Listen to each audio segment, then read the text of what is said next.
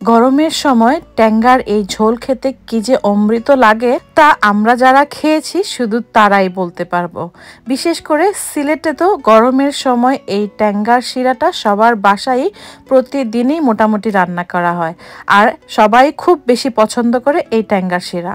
ভাবছেন ট্যাঙ্গার শিরা আবার কি? চলুন রান্না করতে করতেই না হয় বলি। ট্যাঙ্গার শিরা রান্না করার জন্য আমি 1 টেবিল স্পুন তেল দিয়ে দিলাম। তেলটা সামান্য গরম হয়ে গেলে দিয়ে দিয়েছি 1.5 টেবিল স্পুন রসুন বাটা। রসুনটাকে হালকা একটু বাদামি করে ভেজে নিয়ে দিয়ে দিয়েছি 1 টেবিল স্পুন পেঁয়াজ বাটা। এই তরকারিতে পেঁয়াজটা খুবই কম ব্যবহার করা হয়। সামান্য লবণ দিয়ে দিলাম স্বাদ মতো।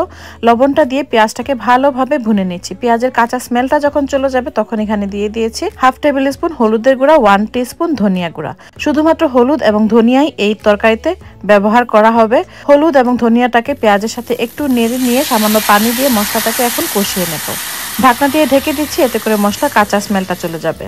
এখন আপনাদের বলি ট্যাঙ্গা মানে কি। ট্যাঙ্গা মানে হলো টক। সিলেটি ভাষায় টককে ট্যাঙ্গা বলা হয় বা চুকা বলা হয়। অনেকেই বলেন চুকা, অনেকে বলেন ট্যাঙ্গা। তো ট্যাঙ্গা মানে হলো টক। আর এই টকটা করার জন্য আমি আজকে এখানে ব্যবহার করছি জলপাই, কাঁচা জলপাই। এভাবে আঁচড় কেটে নিয়েছি।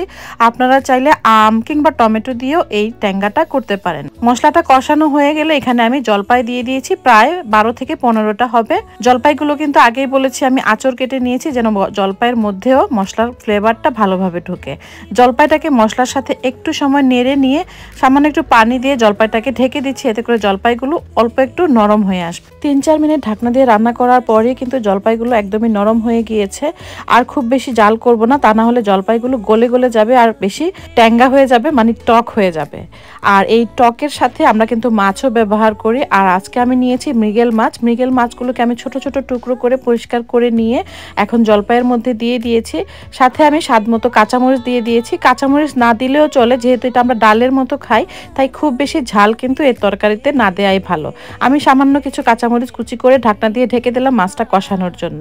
এভাবে হাতলটা ধরে নেড়ে নেড়ে মাছটাকে কষিয়ে নিচ্ছি। মাছ থেকে যখন পানি বের হয়ে মাছটা কষে আসবে তখন এখানে আমি ঝোলের জন্য পানি দিয়ে দিচ্ছি। যেহেতু তরকারির নামই ট্যাঙ্গার শিরা মানে টকের ঝোল, তাই এটা একটু পাতলা পাতলা ঝোলঝোলি হবে। ডালের পরিবর্তে কিন্তু আমরা এই ট্যাঙ্গার শিরাটা খেয়ে, তাই অবশ্যই এটা পাতলা ঝোল হলেই বেশি ভালো লাগে। আমি আজ মৃগেল মাছ নিয়েছি, আপনারা কিন্তু যে কোনো ধরনের মাছ দিয়ে এই ট্যাঙ্গার শিরাটা তৈরি করতে পারেন। ঝোল দেওয়ার পর ঢাকনা দিয়ে 10 মিনিট রান্না করার পরেই কিন্তু আমাদের ট্যাঙ্গার শিরাটা তৈরি হয়ে গিয়েছে একদমই খাওয়ার জন্য। এ পর্যায়ে কিন্তু তরকারিটা নামিয়ে ফেলা যায়, কিন্তু আমি পছন্দ করি একটু রসুনের ফোড়ন দিয়ে তরকারিটা রান্না করতে। তাই এখানে আমি আরও একটা প্যানে দিয়ে দিয়েছি 1.5 টেবিল স্পুন তেল। তেলটা সামান্য গরম হয়ে গেলে 15 থেকে 16টা রসুনের কোয়া কুচি করে দিয়ে দিয়েছিলাম। সেই রসুনের কোয়াটা যখন এরকম সোনালি রঙের হয়ে যাবে তখন সেই ট্যাঙ্গার শিরার মধ্যে রসুনের ফোড়নটা ঢেলে দিচ্ছি। আর এই ফোড়ন দেওয়ার ফলে কিন্তু এই ট্যাঙ্গার শিরাটা আরো বেশি স্বাদ হয়। তাই আমি সবসময় চেষ্টা করি ট্যাঙ্গার শিরাটা রান্না করলে এভাবে শেষে একটু রসুনের ফোড়ন দিয়ে দিতে। ফোড়নটা দিয়ে ঢাকনা দিয়ে ঢেকে দিচ্ছি, এতে করে ফোড়নের সুন্দর স্মেলটা তরকারির মধ্যে একদম ইনটেক হয়ে যাবে। একদম শেষে ধনেপাতা দিয়ে এখন আমি ঢাকনা দিয়ে ঢেকে দেব। এরপরে চুলার আঁচ বন্ধ করে দিচ্ছি, এতে করে ধনেপাতার রংটাও কিন্তু সুন্দর থাকবে। আর এই তো তৈরি হয়ে গিয়েছে আমাদের সিলেটের ঐতিহ্যবাহী ট্যাঙ্গার শিরা। গরমের দুপুরে এই ট্যাঙ্গার শিরা দিয়ে ভাত খেলে একদম মন প্রাণ জুড়িয়ে যায়। আমরা ফিল করি এই ট্যাঙ্গার শিরাটা দিয়ে যদি ভাত খাওয়া হয় শরীরে যেন গরমটা একটু কমই লাগে। তাই আমরা ডালের পরিবর্তে গরমের দিনে বেশিরভাগ সময়ে কিন্তু এই ট্যাঙ্গার শিরাটাই রান্না করি।